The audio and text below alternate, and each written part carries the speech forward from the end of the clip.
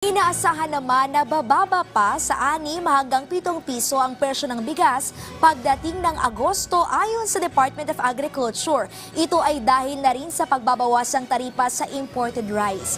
Narito ang sentro ng aking balita. Sa price monitoring ng Department of Agriculture, naglalaro sa 49 hanggang 65 pesos ang kada kilo ng imported na bigas. 45 pesos naman ang pinakamura sa lokal, habang 66 pesos ang pinakamahal. Para mapababa ang presyo ng bigas, inaprubahan ng National Economic Development Authority ang rekomendasyong bawasan ang taripa sa inaangkat na bigas. Mula 35%, ibinaba sa 15% ang ipapataw na buwis. Sabi ng Department of Agriculture, bababa ng 6 hanggang 7 piso ang presyo ng bigas. The DA is hopeful na yung decision na i-substantially reduce yung duties on imported rice will drive down yung pangkalatang retail prices ng bigas natin. Yung galing Vietnam, mga 3 weeks yan, 2 to 3 weeks bago makarating sa atin. So mga August yan, we can expect. Pero inalmahan ng ilang grupo ng magsasaka ang bawas taripa. Hindi umano ito dumaan sa konsultasyon. Pangamba nila, lumagapak ang presyo ng palay. Kasabay ng pagliit ng nakokolektang taripa sa bigas na ibinibigay sa mga lokal na magsasaka bilang ayuda.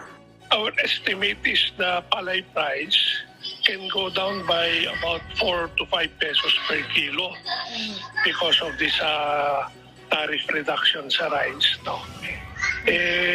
Siguradong bababa yung presyo ng palay dahil yun ang epekto ng imported rice.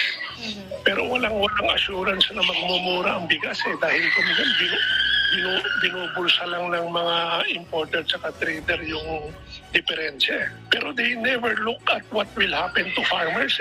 Tiniyak ng DA ang patuloy na pag-aabot ng tulong sa mga magsasaka gaya ng binhi, pataba at iba pang farm input upang mapataas ang produksyon at mapababa ang kanilang puhunan.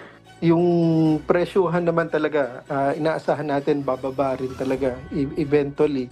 Yan naman yung main intent para masigurado na yung ating mga farmers ay matulungan nitong pagbaba sa tariff. At pangalawa, magiging priority rin, of course, ang ating mga magsasaka ng palay na bilhan ng NFA para sigurado na may profit pa rin sila. Sa tulong ng bagong taripa, positibo naman si Senate President Cheese Escudero na makatutulong ito para abatan ang bilisang pagtaas ng presyo ng mga bilihin o inflation.